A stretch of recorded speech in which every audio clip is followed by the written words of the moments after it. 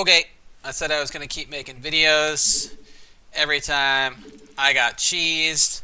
I feel like this just literally happened. I'm just trying to do them as they come up so I don't forget, because I don't want to have to like label and save the replays. I feel like this is probably pretty common for a lot of people on ladder to experience this terrain, especially on this map. You guys will see what I'm talking about. Excuse me. I don't edit these videos, sorry. So the 10-15 gate and then into the DTs. I've had a lot of people ask me about like if you change your opening against the 10-15 gate, and the answer is no. Like, you can still go vulture. It's just that you need to get siege and tanks right after. So for those of you who don't know, if you're like super new, 10-15 gate is going to be 2 gates on 1 pylon, and they cut probes, right? So he has to cut here to make this goon, and his pylon is late. That's this guy's problem. But yeah, a lot of people suck, so it is what it is. But that really sucks for him. Anyway, so I still go 3 Marines. I make sure to float my barracks over early, because you want to do like bunker, barracks, so they can't just run by. And then I still go vulture. The only thing I slightly cut in this game, just because I wanted to make the bunker before the depot. I don't think that you necessarily have to do that, but I just feel a little bit better. I know he's cutting, so I feel like I can kind of, it's okay. So I slipped the vulture out. Now, it's a huge problem, right? Like, we have to leave a goon at home now that I have the vulture out. And here's the thing is, you go siege before you get your tank. There's no reason to make the tank first and try to fight like 6 goons without siege.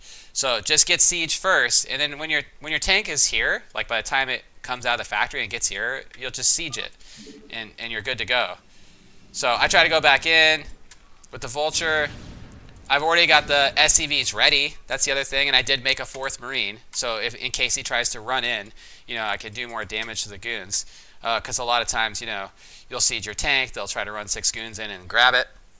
And then I'm still paying attention to this threat on the map, right? And he's got to chase it around with a goon, so now there's less goons at my front door. And what is this guy doing behind this? What a surprise! Which you should just expect that, right? And that's what that vulture is for.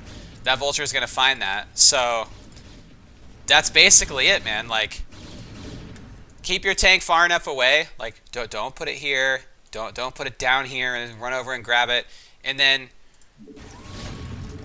typically what you're going to want to do, it doesn't happen in this game because he just leaves because my vulture gets in his base, is after the goons pull back, after you shoot him with the siege tank, they'll go back here. You really want to unsiege this and then move it like over here or over here, because a lot of times they'll come back. Like if this guy wasn't an idiot and didn't get supply blocked and had more goons over here, or I lost my vulture, right, so all of his goons were here.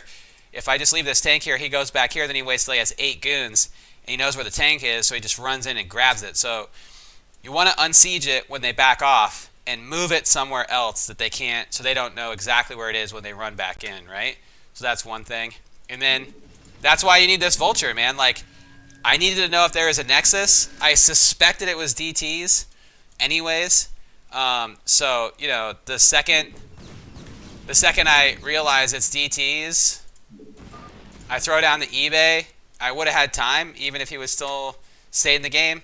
And that's an easy way to hold a 10-15 gate into retarded trying to win the game for free. I don't have any skill, Protoss, B rank crap.